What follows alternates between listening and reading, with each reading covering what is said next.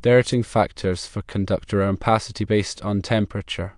Table 310.16 of the National Electrical Code, or NEC, provides derating factors that adjust conductor ampacity depending on the temperature conditions.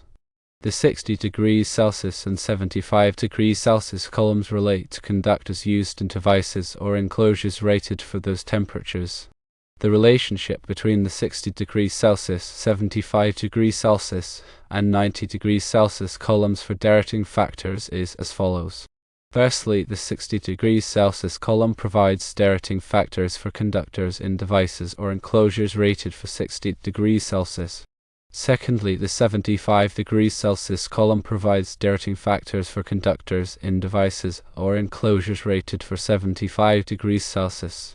Thirdly, the 90 degrees Celsius column provides derating factors for conductors in devices or enclosures rated for 90 degrees Celsius or higher. Let's consider an example of choosing wire size for a 55 amp load at different temperatures. Scenario 1 involves a 90 degrees Celsius temperature, assuming the ambient temperature is less than or equal to 86 degrees Fahrenheit. For a 55 amp load with 6 conductors, the derating factor from the 90 degrees Celsius column is 0.91. Calculating this, 55 amps multiplied by 0.91 equals 50.5 amps. In this case, both number 8 and number 6 wire will have sufficient ampacity. For number 8 wire, the ampacity is 60 amps multiplied by 0.91 equaling 54.6 amps. Scenario 2 considers 60 degrees Celsius temperature, assuming the ambient temperature is less than or equal to 104 degrees Fahrenheit. For a 55 amp load with 6 conductors, the derating factor from the 60 degrees Celsius column is 0.58. Thus, 55 amps multiplied by 0.58 equals 31.9 amps. In this scenario, only number 6 wire would have sufficient ampacity. Number 6 wire's ampacity is 75 amps multiplied by 0.58, which equals 43.5 amps. In conclusion, it's crucial to consider the temperature rating of the devices or enclosures when selecting the appropriate wire size for a given load. The derating factors from Table 310.16 ensure that conductors have sufficient capacity to carry the load safely under the expected temperature conditions. This is to ensure that the wire does not overheat and cause any potential hazards. Proper wire sizing is a critical aspect of electrical safety and code compliance. It's essential to understand how temperature affects the ampacity of conductors and to apply the appropriate derating factors. The NEC provides detailed tables and guidelines to ensure safe and reliable electrical installations. Always refer to the latest edition of the NEC and consult with qualified professionals for specific applications. The 60 degrees Celsius rating generally applies to terminations on circuit breakers and other devices, which often have lower temperature ratings. The 75 degrees Celsius rating is commonly used for conductors in general wiring applications, while the 90 degrees Celsius rating is for the conductor insulation itself and may be used for derating purposes.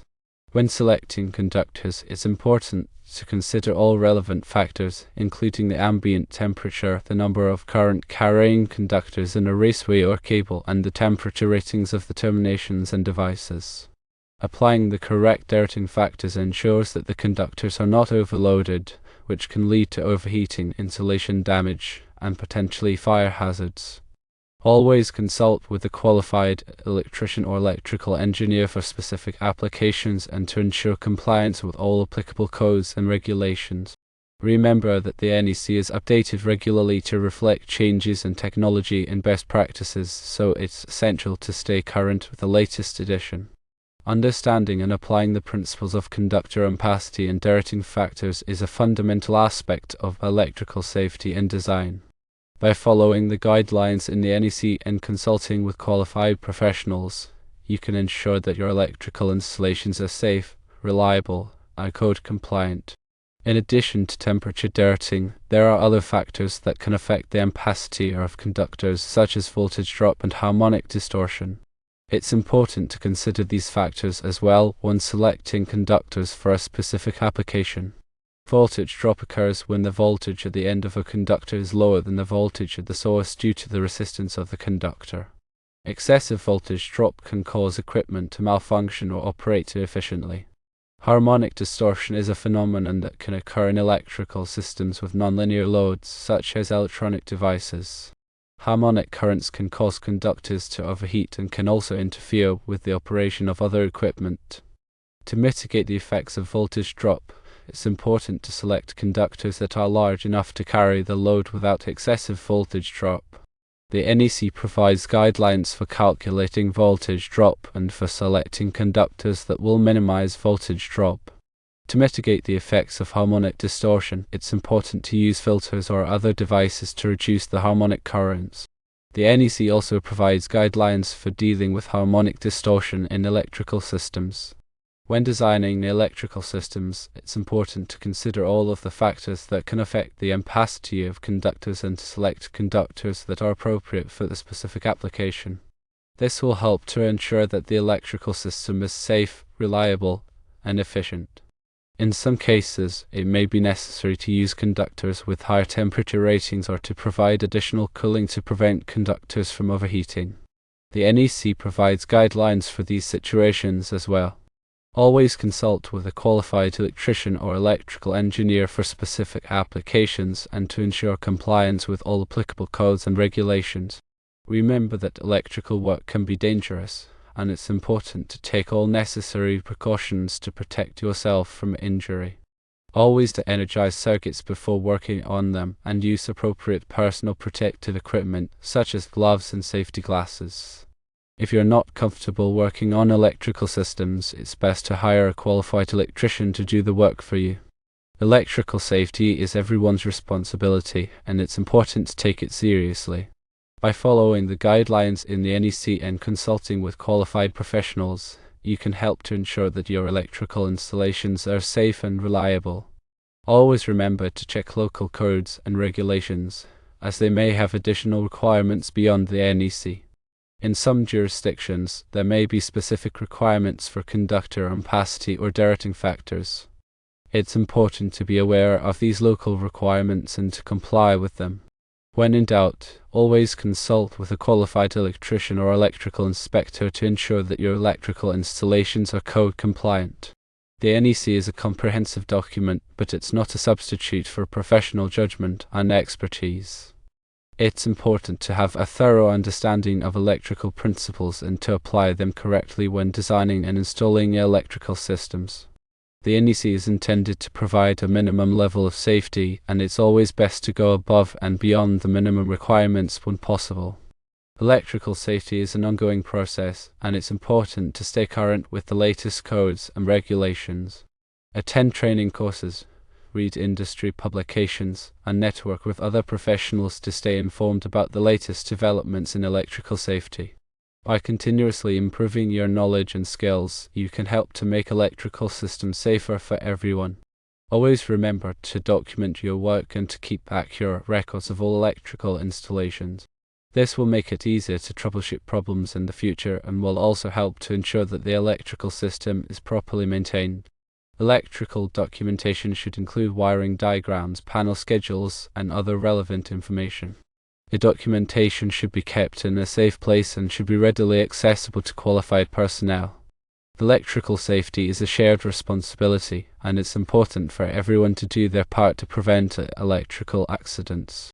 By following the guidelines in the NEC, consulting with qualified professionals, and staying current with the latest codes and regulations, you can help to make electrical systems safer for everyone. Remember that electricity is a powerful force, and it should be treated with respect. Always take the necessary precautions to protect yourself from electrical hazards, and never take shortcuts when it comes to electrical safety. Electrical safety is not just a matter of compliance with codes and regulations, it's a matter of protecting yourself, your family, and your community from harm. By making electrical safety a priority, you can help to create a safer world for everyone. In addition to the topics discussed above, there are many other aspects of conductor ampacity and derating factors that are important to understand. These include the effects of conduit fill, the use of adjustment factors for multiple conductors in a raceway or cable, and the application of derating factors for different types of insulation. Conduit fill refers to the percentage of the cross-sectional area of a conduit that is occupied by conductors. The NEC limits the amount of conduit fill to prevent overheating of the conductors. The adjustment factors for multiple conductors in a raceway or cable are used to reduce the opacity of conductors when there are more than 3 current-carrying conductors in the same raceway or cable. This is because the heat generated by the conductors can build up and cause the insulation to overheat. The derating factors for different types of insulation are used to adjust the ampacity of conductors based on the temperature rating of the insulation. Some types of insulation are able to withstand higher temperatures than others, and conductors with these types of insulation can be used at higher ampacities. It's important to understand these concepts and to apply them correctly when designing and installing electrical systems. The NEC provides detailed guidelines for each of these topics. Always consult with a qualified electrician or electrical engineer for specific applications and to ensure compliance with all applicable codes and regulations. Remember that electrical work can be dangerous, and it's important to take all necessary precautions to protect yourself from injury.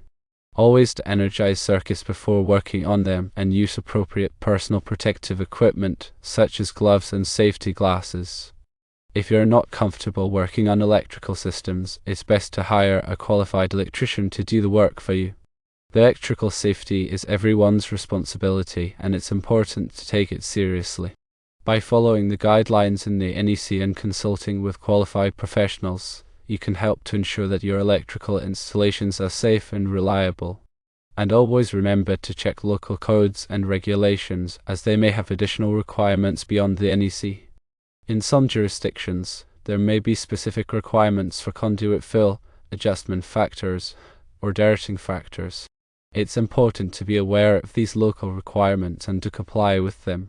When in doubt, always consult with a qualified electrician or electrical inspector to ensure that your electrical installations are code compliant. The NEC is a living document, and it's constantly being updated to reflect changes in technology and best practices. It's important to stay current with the latest edition of the NEC and to understand the changes that have been made.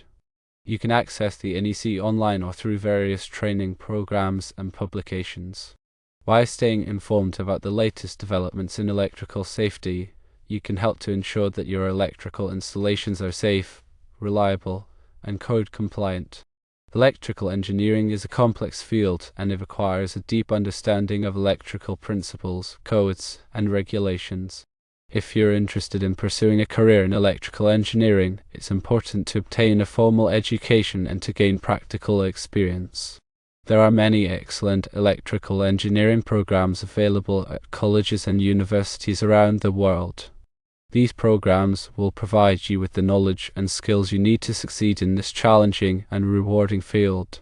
In addition to formal education, it's also important to gain practical experience through internships, apprenticeships, or other hands-on training programs. This will allow you to apply your knowledge in real-world situations and to develop the skills that employers are looking for. Electrical engineering is a constantly evolving field, and it's important to stay current with the latest technologies and trends. Attend industry conferences, read technical journals, and network with other professionals to stay informed about the latest developments in electrical engineering. By continuously learning and growing, you can advance your career and make a significant contribution to the field. Electrical engineers play a vital role in society, and they are responsible for designing, developing, and maintaining the electrical systems that power our world. If you're passionate about electricity and technology, then electrical engineering may be the perfect career for you.